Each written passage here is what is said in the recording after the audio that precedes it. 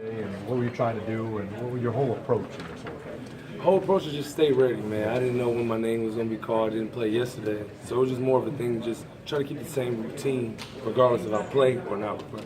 Playing for dad, how do you separate your dad, your coach, and what's that dynamic like for you? Man, yesterday it was hard for me to talk to him. When I didn't get in, it was hard for me to talk. Right. But it was good, man. I'm just glad to be here for real.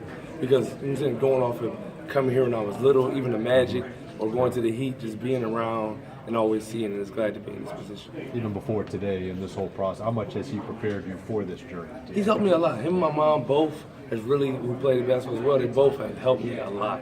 And over since November, since I've been staying with my dad, he has helped me tremendously by either with workouts or let me work in the arena, and I thank him for that. Yep.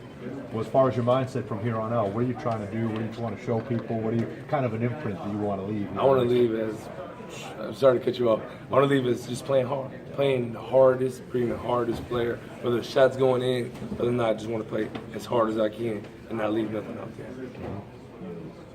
Just point, is it easy when you walk across that line that he's not dad anymore, he's just coach? Well, over the years, my dad has always stayed even keel with me, and they always been real with me. So I always take that approach. I know he's gonna tell me the truth. If I deserve to play or not play, he's gonna make the right decision, and I trust that. Juwan, what's the biggest thing you bring to an NBA team? They're looking for somebody right now. What's the biggest thing you bring to them?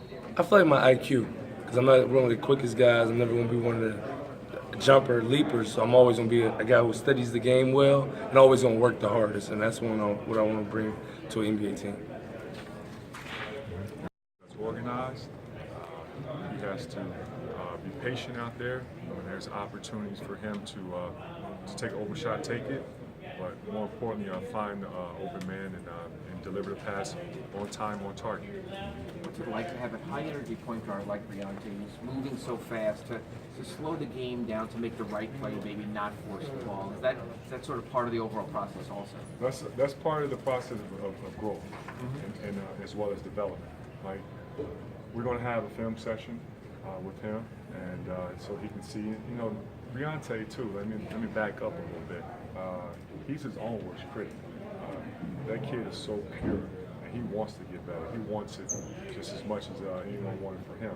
He wants more than that because of the fact of how hard he works, his commitment. Since the season was over, he was in the gym working on his game, trying to get ready for this summer league, and he's going to get better and better each game. Can you tell us on Jankovic in stretch 5 or stretch 4 from Hawaii, what he's shown you in these first 2 games? He has a lot of talent. Kid, he can shoot the basketball. He's pure. He always wants to impress and do his job and do it right. He really gets down on himself when he feels he's not doing it the right way. And I just want the team just to help instill confidence in him. Because I think once he develops the confidence, I think kid can be a special player. What could he be in this league? What would he be? Stretch 5, stretch 4, big 3? I think he has a chance to be a hybrid 5. He can put the ball on the floor, he can shoot it, but it'd be interesting to see. But he's a hybrid player. Miami always seems to find a couple of guys that come in here and play pretty well in this game, in summer league.